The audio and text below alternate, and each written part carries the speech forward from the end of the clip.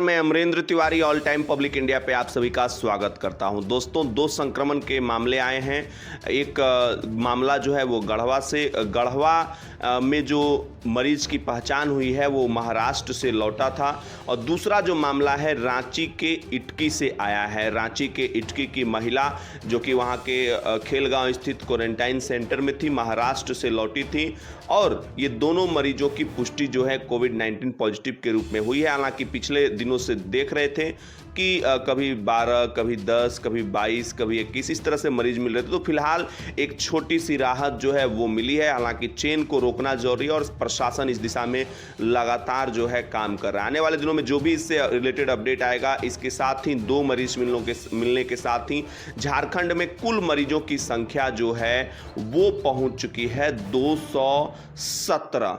तो देखने वाली बात होगी कि प्रशासन आगे किस तरीके से ध्यान रखता है। हालांकि जो रांची का रिकवरी रेट है 80% से ज़्यादा है, और एक्टिव मरीजों की संख्या की बात करें तो झारखंड में एक्टिव मरीजों की संख्या जो है वो कम है। फिर भी ध्यान देने वाली बात है इस वक्त कि नए जो संक्रमण के केसेस मिल रहे हैं वहां पर कोई लापरवाही ना हो। बढ़ते अगले महत्वपूर्ण अपडेट की तरफ। 2 घंटे तक हिंद पीढ़ी इलाका जो है रण क्षेत्र बना रहा।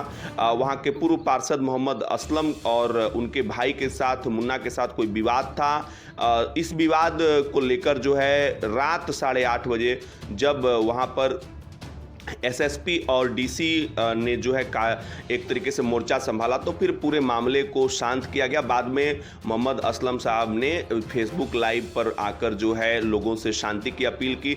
लोग बाद में अपने अपने घरों की ओर चले गए, लेकिन 2 घंटा तक दोनों तरफ से पथराव की बात सामने आ रही है। हालांकि कुछ अखबारों ने आज इस पर पूरी तीखी टिप्पणी भी की है कि हिंद पीढ़ी का रण क्षेत्र बना रहा, लेकिन अफवाह नहीं फैलाए जाने की जरूरत है। मुझे लगता है कि जो हकीकत है वो जनता के सामने आना चाहिए, और यही पत्रकारिता का नियम है, पत्रकारिता का कानून है। मेरे कुछ वहाँ पे लोगों से बातचीत हुई, सभी ने ये बातें कही थी कि सर कुछ लोग जुटे थे, और जो घटना थी वो दरअसल जो पूर्व पार्षद के भाई हैं मुन्ना, उनको पीटने को लेकर हुई थी। हालांकि प्रशासन ने कहा कि बिना मास्क के और बिना किसी कारण के ये जो है घर से बाहर इधर उधर घूम रहे थे, तो उसी क्रम में जो है उनसे सख्ती बरती गई। जो भी अपडेट आएगा इसके रिगार्डिंग हम आपको बताते रहेंगे। बढ़ते हैं अगले महत्वपूर्ण अपडेट की ओर। हेमंत सोरेन सरकार ने देश के अंदर जो आपने देखा कि जिस तरीके से मजदूर भाई एक जगह से दूसरी जगह पलायन कर रहे हैं, कहीं बसेस नहीं मिल रही, कहीं और भी अन्य घोर सुविधाओं की कमी है, जिस तरीके से मद्रास हाईकोर्ट ने एक तीखी टिप्पणी की है और 22 तारीख तक सरकार से जवाब मांगा है। लेकिन ये जवाब मांगते जो है डेट पर डेट बीत जाएगा।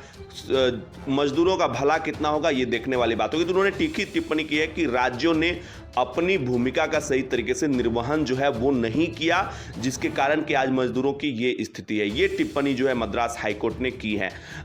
तो झारखंड में जो है झारखंड सरकार ने तात्कालिक ये निर्देश दिया है, आदेश दिया एक तरीके से सभी उपायुक्त और एसएसपी को कि कोई भी मजदूर जो है रोड पे अगर चलता मिले तो उनसे उनका गंतव्य पुस्तक वहां तक पहुंचाने की व्यवस्था जो है वो अब सरकार को करना होगा। तो देखते हैं इस आदेश के बाद जो है कितना फायदा मजदूरों को मिलता है, और जो भी इससे रिलेटेड अपडेट आएगा वो हम आपके बीच लाएंगे। बढ़ते हैं अगले महत्वपूर्ण अपडेट की तरफ। अब झारखंड में नॉर्मल ड्यूटी जो है चितकबरा वर्दी पहनकर पुलिस वाले नहीं कर सकेंगे। इस संबंध में एक आदेश जो है वो जारी कर दिया गया है। अगला जो अपडेट है वो शराब बिक्री को लेकर है। शराब एवं उत्पाद विभाग ने शराब बिक्री की ऑनलाइन और ऑफलाइन बिक्री की तैयारियां जो है वो पूरी कर ली है सरकार की तरफ से, जैसे ही निर्देश मिलेगा। हालांकि देखने वाली बात हुई कि लॉकडाउन 4 में किस तरह के निर्देश जो है वो सरकार की तरफ से मिलते हैं, और उसके बाद जो है बिक्री चालू की जा सकती है। ऑफलाइन बेचने की तैयारी जो है वो ग्रामीण क्षेत्रों में हो रही है, और ऑनलाइन बेचने की तैयारी स्विगी और जोमेटो के माध्यम से होम डिलीवरी की तैयारी जो है शहरी क्षेत्रों में हो रही है। बढ़ते अगले महत्वपूर्ण अपडेट की तरफ। औरैया हादसे में जो है झारखंड के 11 बोकारो के 11 लोगों की मौत हो गई। प्रशासन ने इसकी पुष्टि की है। कल ही हमने कहा था कि यह मामला 7 से भी ज्यादा हो सकता है बोकारो से, क्योंकि हमारे जो ग्रामीण क्षेत्र में वहां पे सूत्र थे, जो वहां के लोग थे, लगातार ऑल टाइम पब्लिक इंडिया को फोन करके ये बता रहे थे कि सर ये लोग जो है इसके साथ हो सकते हैं। ये मजदूर राजस्थान से लौट रहे थे और चूने के भरतपुर बॉर्डर तक तो उनको जो है पुलिस वालों ने जो है गाड़ी पे बैठा दिया, बस पे बैठा दिया। भरतपुर बॉर्डर के बाद जो है ट्रक पे उनको बैठाया गया और ट्रक पे चूने की बोरियां जो है पहले ही सवार थी।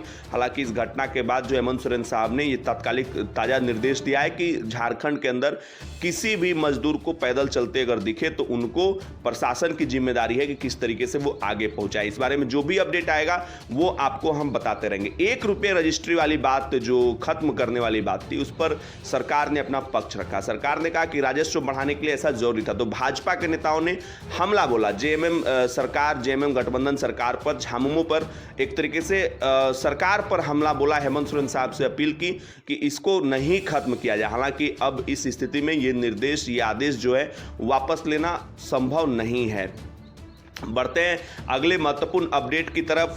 गुमला और गढ़वा से कुछ लोगों की डूबने से भी मौत हुई है। गढ़वा से 8 लोग डूबे और गुमला से 2 सोन नदी में बताया जा रहा है कि नहाने के दरमियान जो है ये लोग डूब गए, इनकी मौत हो गई। और ये एक ऐसी खबर है जो आपको सतर्क भी करती है। तो देखने वाली बात होगी, आने वाले दिनों में जो भी इससे रिलेटेड अपडेट आएगा वो हम आपको ऑल टाइम पब्लिक इंडिया के माध्यम से पहुंचाते रहेंगे। बढ़ते हैं अगले महत्वपूर्ण अपडेट की तरफ। अब झारखंड में जो है विमान सेवा शुरुआत हो सकती है, शुरू हो सकती है। इसके लिए तमाम तैयारियां की जा रही हैं।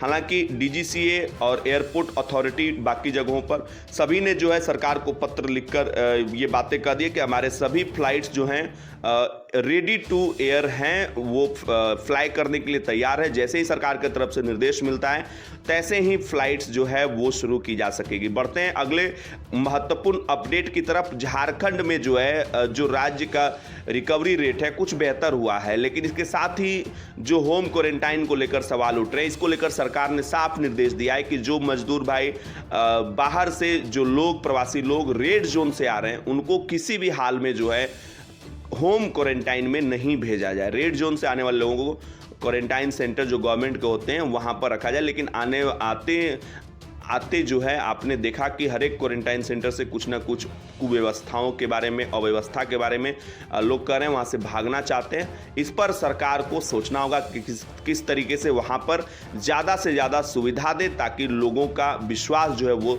सरकार। और अब ग्रामीण क्षेत्र से एक महत्वपूर्ण खबर आप देख रहे हैं बैकग्राउंड में भी।